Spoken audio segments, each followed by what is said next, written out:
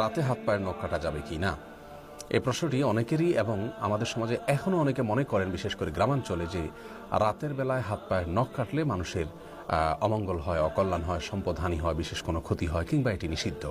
মূলত কোরআন হাদিসের কোথাও রাতের বেলায় হাত পায়ের নখ কাটা কিংবা গোপ ছোট করা কিংবা চুল কাটা কিংবা ঘর ঝাড়ু দেওয়া কিংবা খাবার শেষে প্লেট ধুয়ে সে পানি বাহিরে ফেলা ইত্যাদি, অথবা কোনো গাছের পাতা ইত্যাদি ছেঁড়া, ফসল ইত্যাদি ছেঁড়া রাতের বেলায়, এগুলোকে কোরআন হাদিসের কোথাও নিষেধ করা হয়নি। আর কোরআন হাদিসে কোনো কিছুকে নিষিদ্ধ না করা হলে সেটিকে নিষিদ্ধ বা অমঙ্গলের মনে করাটা এটি কুসংস্কার এবং এক ধরনের শিরকি বিশ্বাস, যা থেকে আমাদের বেঁচে থাকতে হবে।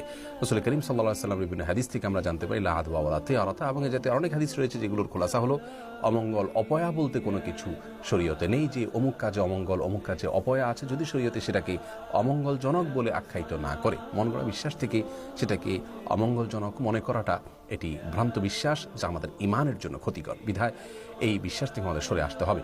অনেক হিন্দুরা মনে করেন, বিভিন্ন ব্লগে আমি দেখেছি যে তাদের ধারণা মতে লক্ষ্মী সন্ধ্যাবেলায় বাসা বাড়িতে বাড়িতে যান তাদের দেবতা, এবং ওই সময় কেউ হাতের নখ কাটলে বা কোনো কিছু পরিষ্কার করলে, ময়লা ইত্যাদি শরীরে এগুলো পরিচ্ছন্ন করতে গেলে, বিশেষ করে হাত পায়ের নখ ইত্যাদি কাটতে গেলে তিনি রুষ্ট হয়ে যান এবং তাতে সম্পদের ক্ষতি হয়। এটা হিন্দুদের শিরকপূর্ণ বিশ্বাস, যা একজন মুসলিম কোনো অবস্থাতেই ধারণ বা লালন করতে পারেন না।